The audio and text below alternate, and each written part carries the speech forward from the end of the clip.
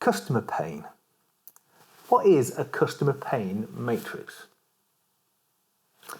Stick with me to the end and you'll understand. So come on a journey with me and we'll unpick this. Now, about 30 years ago I started the business and we were predominantly doing graphic design work for really creative people, snowboarders, skateboarders, that kind of market. But we found that we were being given the images, being given the words, and we were, as graphic designers, rearranging those on the page.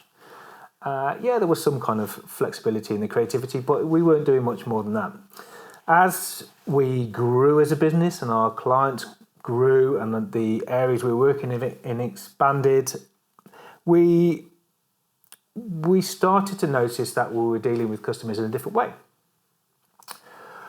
We started to realising that they didn't necessarily know the words that they wanted to have on their marketing, and they didn't necessarily know the pictures that they needed to promote their business. So we were starting to kind of solve problems, and we were solving their customer pains.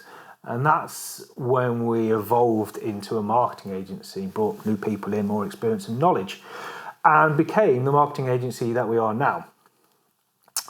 Now, this all comes down to the customer pains that we were resolving. So a really good starting point for the customer pain marketing matrix is to set up a spreadsheet. I like to use a spreadsheet. I know that's a strange thing to admit to on screen, but it helps you kind of develop the matrix as you move forward. So in column 1, you need to put the product or service that you provide.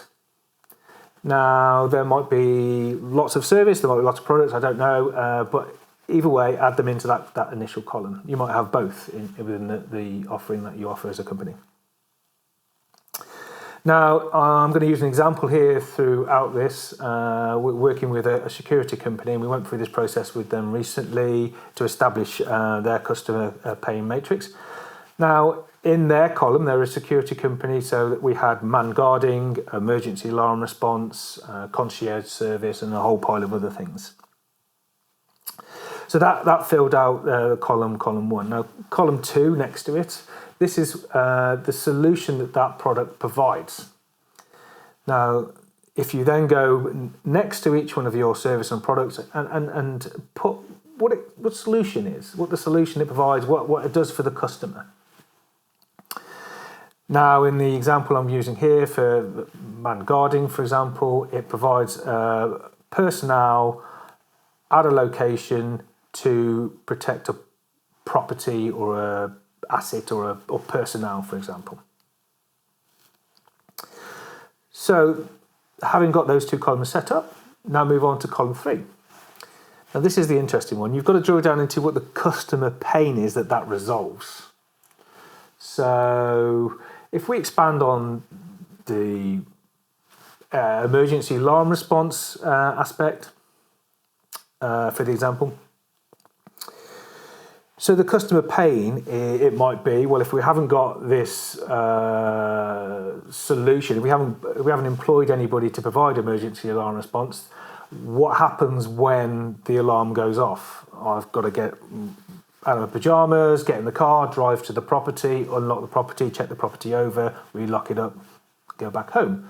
So that is a customer pain. The pain will be, I've got to respond myself to the alarm, or it upsets the neighbours, or whatever the pain is. Now, if you can develop a really strong list of customer pain, then that's a really good starting point for the matrix. So moving on to the 4th column. Now, the 4th column is an interesting one because this is where your knowledge and your experience comes in.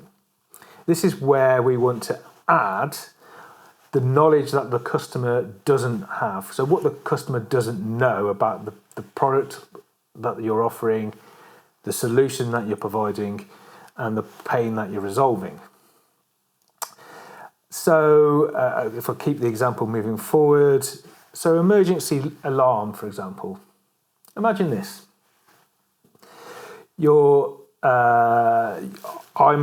I employed at a business. They have an got anybody to do their emergency alarms. So the alarm goes off. I'm a key holder.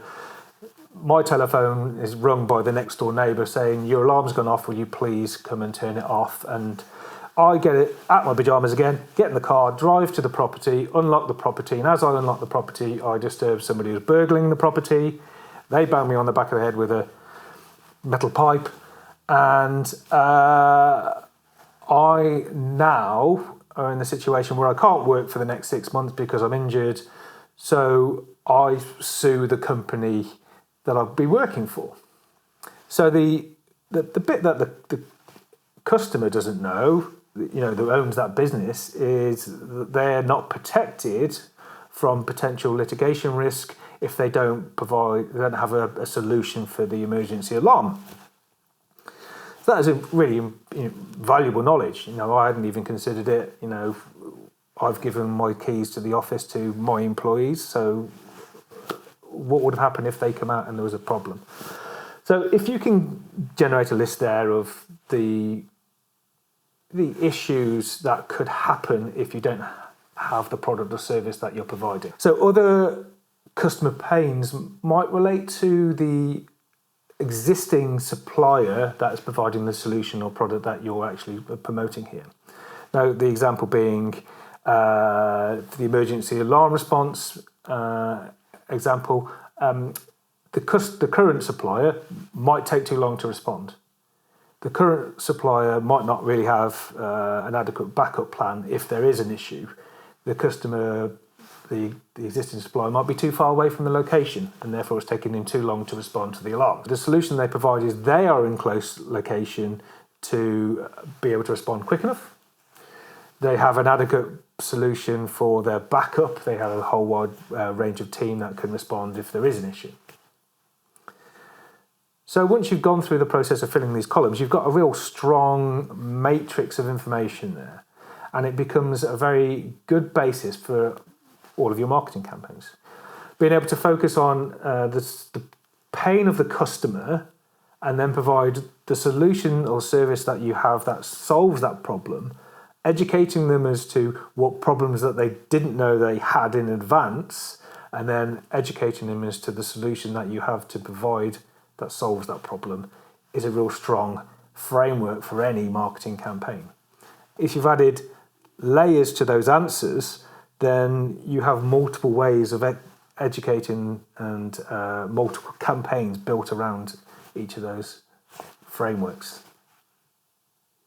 Hopefully that makes sense. We were going to expand this in a little bit more detail and take the matrix and use it in a different way in later videos, which we'll come back to another time. But thank you for listening. So if you go to the description below, we've added a link to download a spreadsheet template for you. So there are lots of different ways to optimize your business. Obviously, this video optimizes your marketing strategy and builds you a matrix to do that. We also have a really good video here on optimizing your website.